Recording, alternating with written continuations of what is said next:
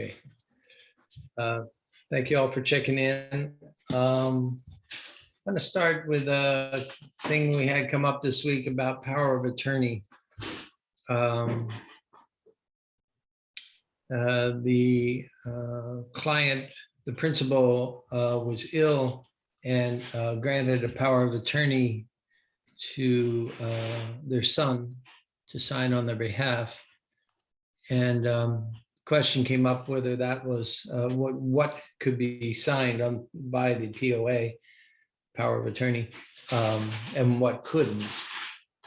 And it really, there's different types of POAs. So one, we have to get a copy of the POA to see exactly what's can be done. What some are specific and some are general. But in any case, the principal can't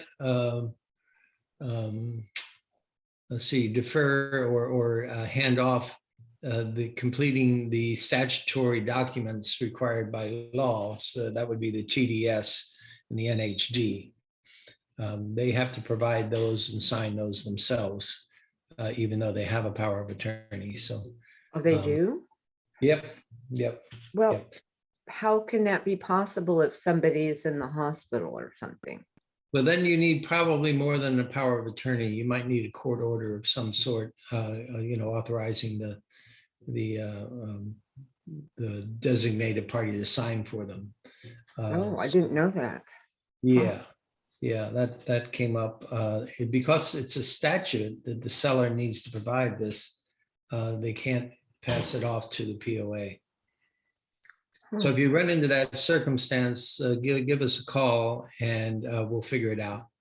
But it may take our attorney looking at it, and certainly we'll need a copy of the POA and see what it says.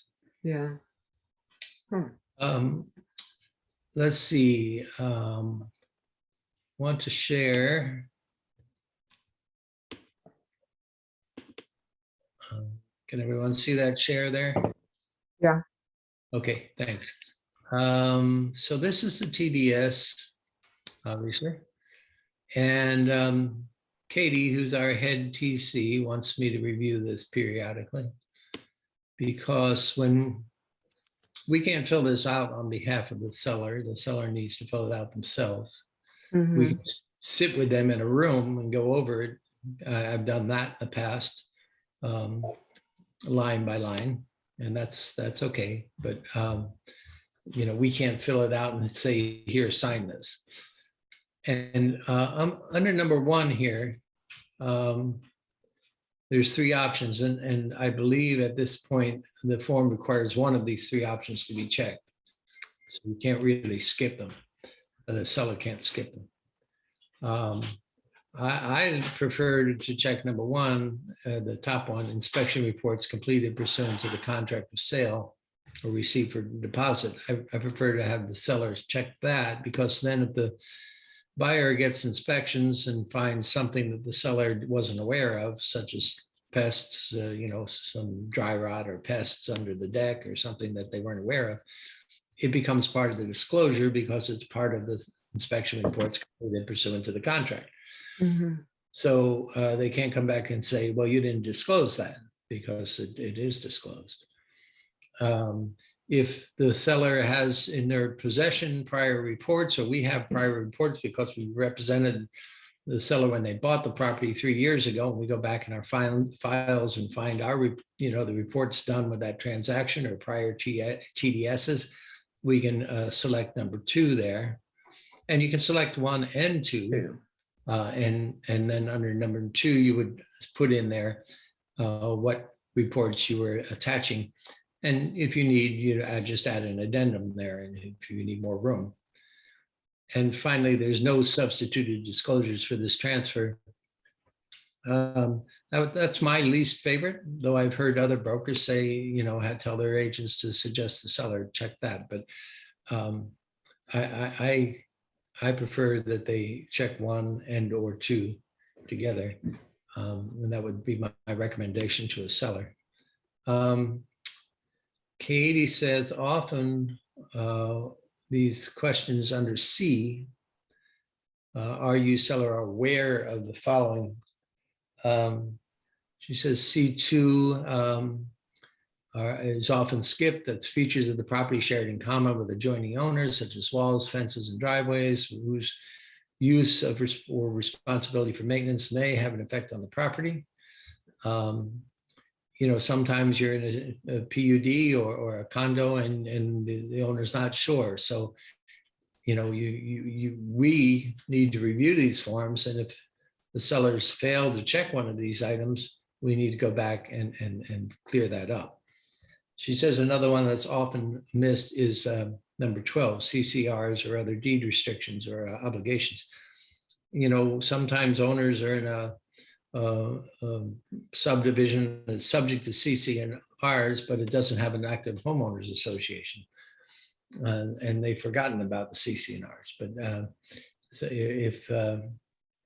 if you're aware, you know, like the property's up in Diamond A here in Sonoma, and you know there's some CNRs there, and the seller has checked no because they forgot about them, then you need to kind of go over that, correct them. So we're responsible to review this TDS is the bottom line.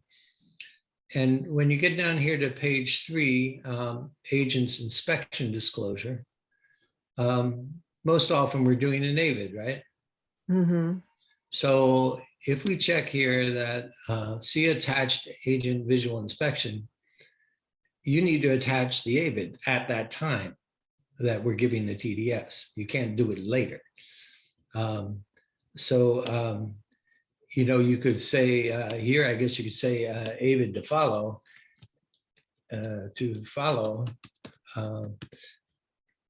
but don't check this one that says see attached AVID and don't have it attached. Mm-hmm. So that's a little thing we've seen where that box is checked and there's no AVID attached. Any questions on that? No, Gary, I do have a question though. On vacant land, what kind of form does the agent use for disclosure, or what do we do? Well, the agent's not required to do an AVID on vacant land. We are required to Disclose what we know. Yeah, disclose material facts affecting the value of the property. So if we know there's a, you know, mine or, you know, gas spill on the property or something like that, that's not evident in looking at the property, we need to disclose that. But there's no particular form.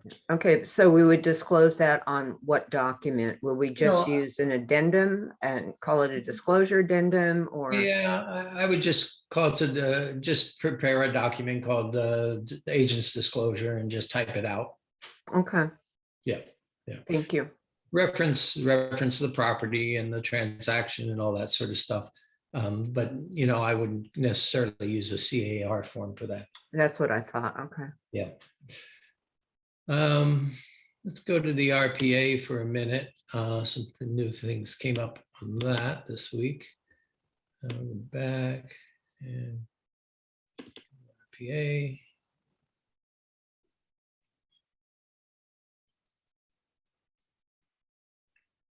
Okay. How are you all adjusting to this new grid format? I'd love to be using it. I really like it. I really like it. I like the fact that that has all, it's, you know, everything is right there in your, you don't have to go searching through, let's see, where did I put that? Where was the appraisal again for how many days versus, you know, it's just, it's all right there. It's great. Good. I like it too. Yeah, great. All right, so I'm gonna look down here under J. No, where am I? Okay, L1 and L2. So if you're making a non-contingent offer and there's no loan contingency and there's no appraisal contingency, that doesn't prompt you to do this CR, which is down here under L3 through 7. So it's sufficient if you're removing loan and appraisal with your offer, just to check those boxes, and you don't need an additional CR for those two things. Now, if you're doing any of these others, L3 through L7, you can see they all kind of are attached to this removal of waiver contingency. It says any contingency in L1 through 7 may be removed away by checking the applicable box above, which we've done now. We've removed those two, or attaching a CR form and checking the applicable box therein. If you're removing an investigation, you're doing a 0 here, and we always kind of want to retain informational access to the property for our buyer. So I would never suggest waiving that. You're always going to want to review seller docs. You're always going to want to review the title. So it's really the investigation of the property that might be the additional waiver. And then you would hit the CR, and that'll automatically drag the CR into your packet. And then you complete the CR as appropriate. Okay. Yep. And then a question came up again last week about representative capacity. That's all been incorporated. I know we've covered this a few times for those of you who've been on, but that's all incorporated now in these signature lines down here. So we don't need a separate representative capacity form anymore. Under 5A, it's the, oh no, it's not there. It's sorry, up here. Under buyer's signatures, there's a signature, and if it's a legally authorized signer, then you would sign here and put the name of the buyer, would be, John's LLC or whatever it is. And even though you would have John up in there in the, that's the purchaser, and you would print out John's name and so forth and so on, the title, and he's, managing partner or whatever we have. So that takes care of what used to be the representative capacity form. Same with the seller. If our seller is a trust or entity of some sort, we just fill out this part down here and put that entity's name there and so forth. So or we put it here. So no need to do that RCSD any longer. Okay, any questions on that? Mm-mm. Okay. And then let's see, we had a question. We've had this come up several times lately, and I don't know what's creating this. Maybe it's just a coincidence. But parties have been added to the contract late in the game. We had we had a closing taking place like yesterday, and we got a form yesterday morning saying the buyer's wife was being added to the contract and was on all the loan documents and so forth. And before we could even react to the form, the thing had closed. Mm. So, but that particular agent sent us this AEA form to add the new buyer, the additional signer. And that's not the form to use. You would use this amendment of existing agreement terms for revising the purchase price or the close of escrow or some other terms that you want to do, but not to add a party to the contract. There's a separate form, and it's called the AOAA. AOAAA. Yeah, let me pull it up here.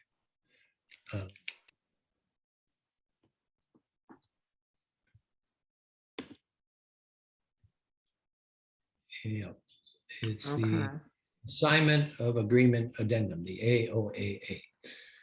So if you're bringing in adding a buyer, you're doing a partial assignment. If you're assigning it to some third party or deleting a buyer, you would hit total assignment and so forth and so on. In terms of prior documents, it states that the assignee, that's the person we're adding here, this new party, shall initial the first page of each document and deliver to seller all the transaction documents previously approved by the buyer, including but not limited to, and then it lists all the things that are prior documents. So we need to go back and get this new buyer. The case I'm talking about, it would have been the wife. We need to get her to sign all these documents, initial the first page of them all. Doesn't the seller have the right to approve or disapprove an assignee? Yes, and that's down here at the bottom. By signing, buyer assigns the assignment, and then the assignee accepts the assignment from buyer and acknowledges that each have read this. That's for the assignees. And then the assignor, by signing below, seller consents to the assignment and acknowledges that the seller has read, understands, received a copy, and agrees to the terms of the assignment. So in your case, that the seller wasn't given the opportunity then? No, the timing was such that it just all came together too quickly. Huh. So anyway, we proceeded because it was already closed. I mean, we had what we had in that case, but more often than not, this party, you know, you're going to add a party sometime prior to closing date. Yeah. And this form should be used by the party being, for the party being added. Gary, this may be an obvious question, Gary, but what if the seller does not sign and agree? Well, they would have to have a reasonable reason not to do so. This form does say consideration for assignment. So, once in a rare blue moon, we've had investors buy a property and then double escrow it. But they can't do that without the buyer and seller's approval. And they have to disclose here, well, they're receiving, $20,000 to $5,000 to assign the contract to party C. And then the seller says, okay, well, give me 20, give me half of that 20,000 or 25,000 or whatever. Give it all to me, before I approve this. But if it's a reasonable assignment that you need to add a party for mortgage approval or something like that, the seller really doesn't have grounds to disapprove. They have to act reasonably. Okay. Okay. Now, there's another form that could be used in this circumstance, and that's the ASA, additional signature addendum.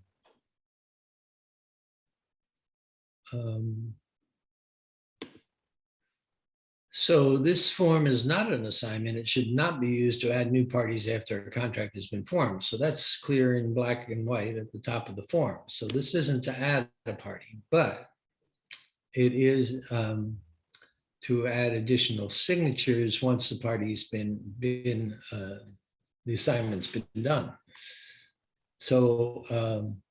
So the parties identified here are additional signatures of the residential purchase and agreement. By signing below, they acknowledge receipt of the document identified above and agree to the terms, conditions, representations, and disclosures in that document. So that's why you would get this form along with the AOAA, because the AOAA really doesn't address the fact that they, read the contract and approved it. Now, they still have to go and sign all the disclosures and initial all these forms, like we said. We could use this form in a blanket way by choosing other here. So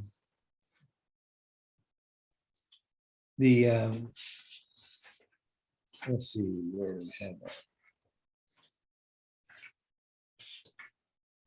So we could say other, and we could say see addendum A. And then on addendum A, we could list all the contract and disclosure documents that the other parties have already signed, and have a signature line and date at the bottom for this third party to sign. So that's one way to shortcut this and not have them sign all of the documents that have been previously delivered. You could do it in one blanket document. But wouldn't you still check the residential purchase agreement if that's the document that you're using, or would you Yeah. put that in the addendum? Yeah, no, you can check both. Okay. So that would work. So addendum A would basically be a receipt for documents.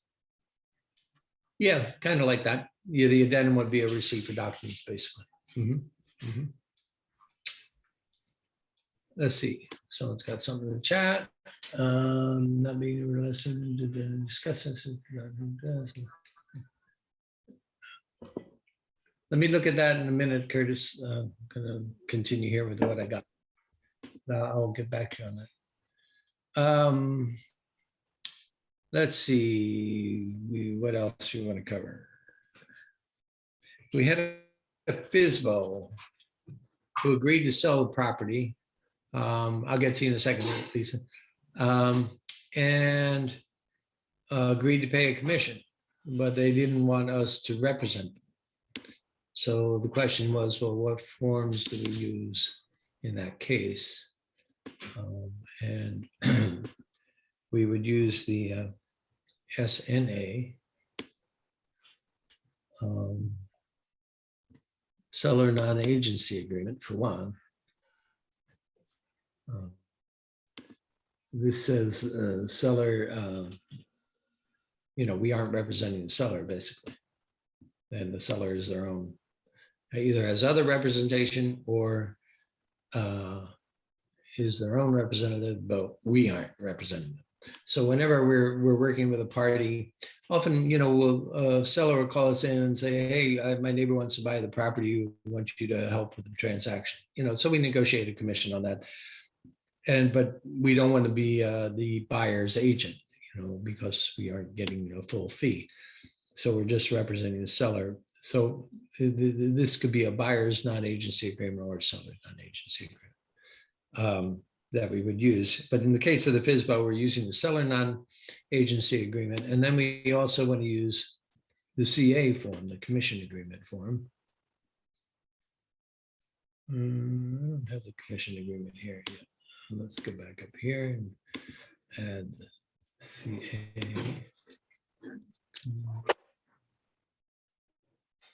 agreement.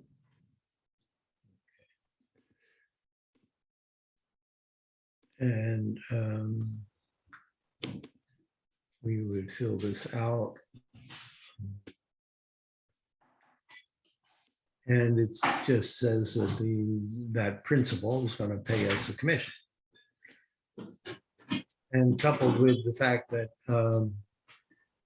we're not their agent, it doesn't really matter. It just says they're going to pay us a commission if this property sells by a certain date and blah, blah, blah.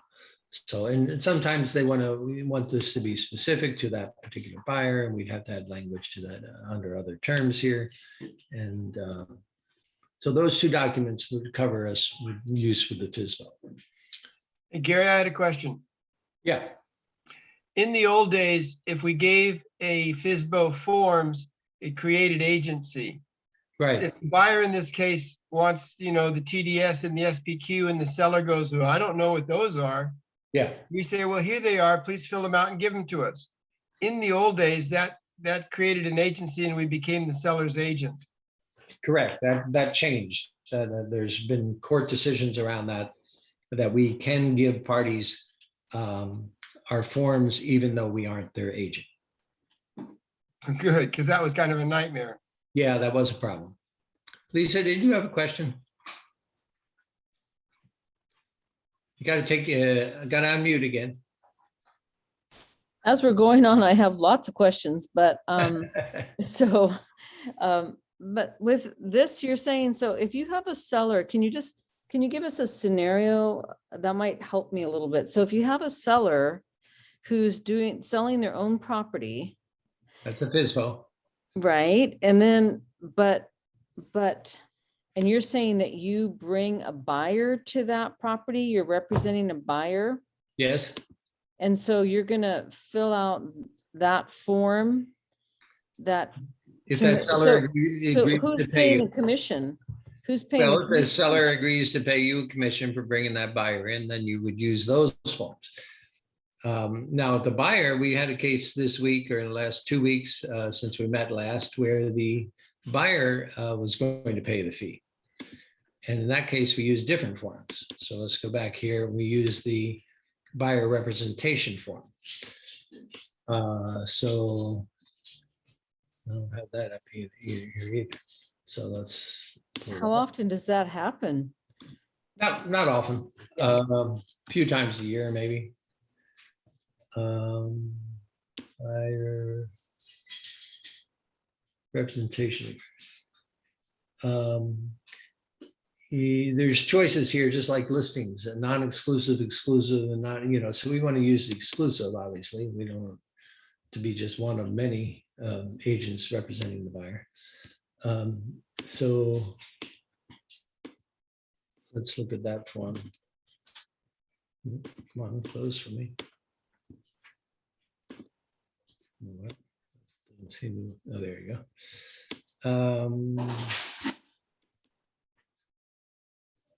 And this form can be used whether the buyer or the seller are compensating us. But what it says is if the seller compensates us, then the buyer doesn't owe us any money.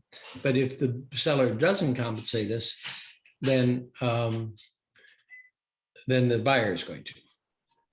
So this would protect us if the buyer is going to pay us and not the seller. So either way, we can, we have to protect the fact that we're going to be paid. And if it's going to be the buyer paying it, we use this buyer representation agreement. And if the seller is paying us, we'll use that CA form that I mentioned earlier. Okay.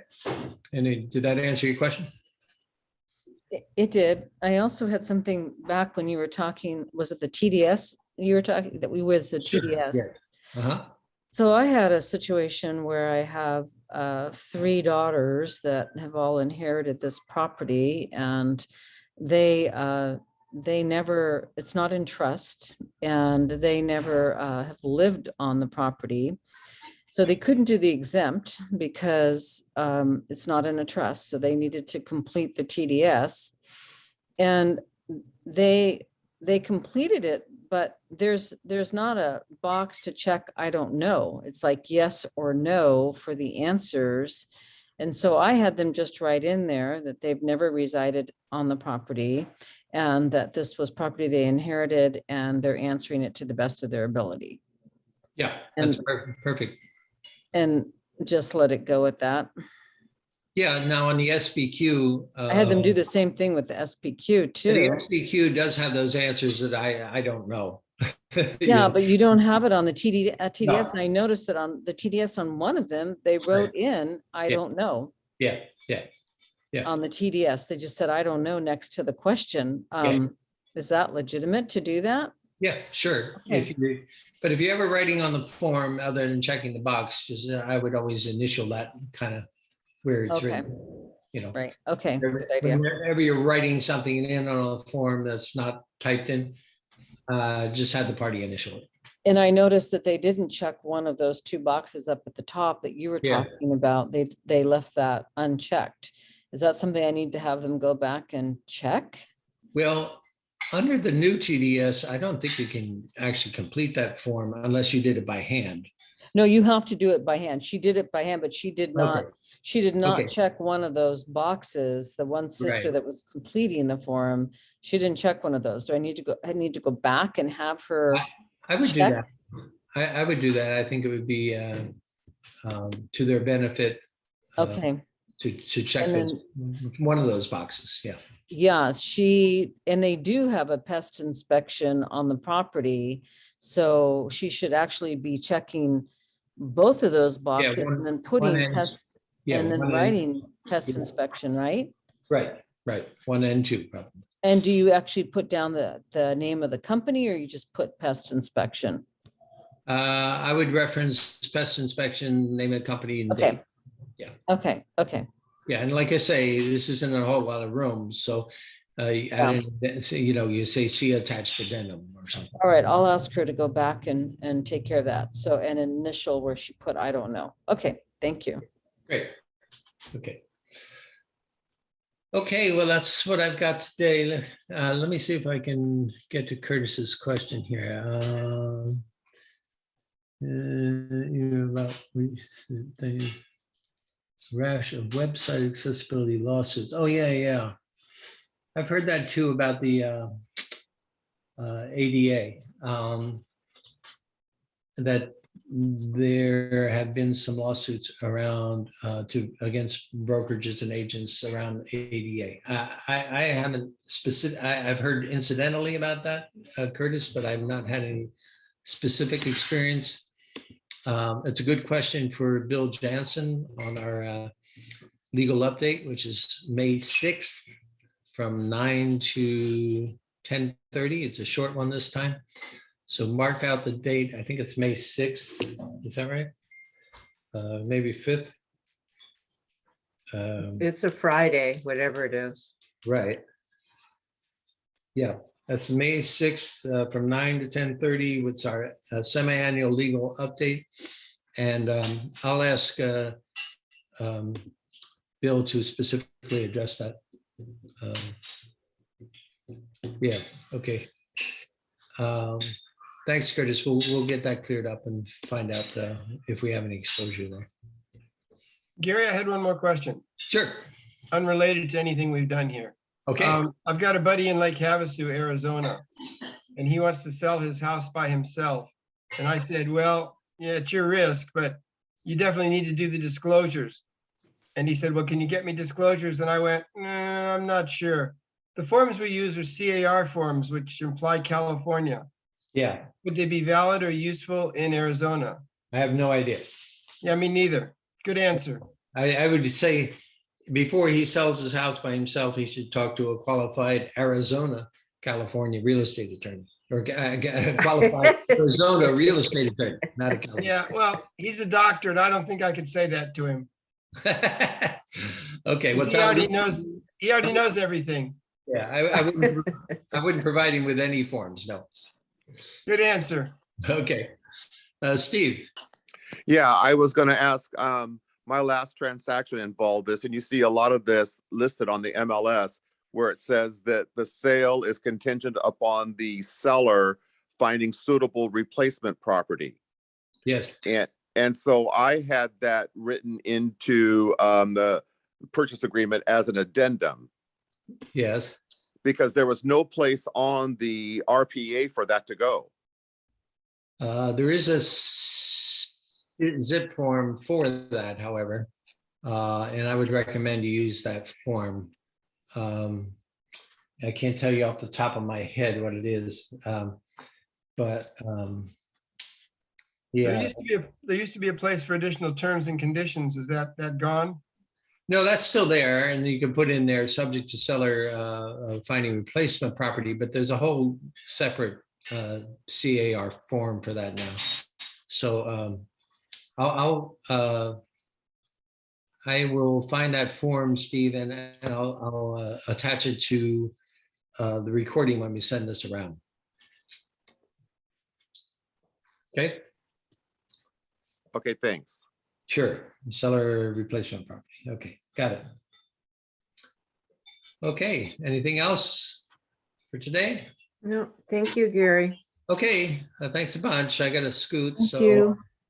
thanks a bunch, and we'll send this recording around on Monday probably. Everybody have a great weekend. Happy Earth Day.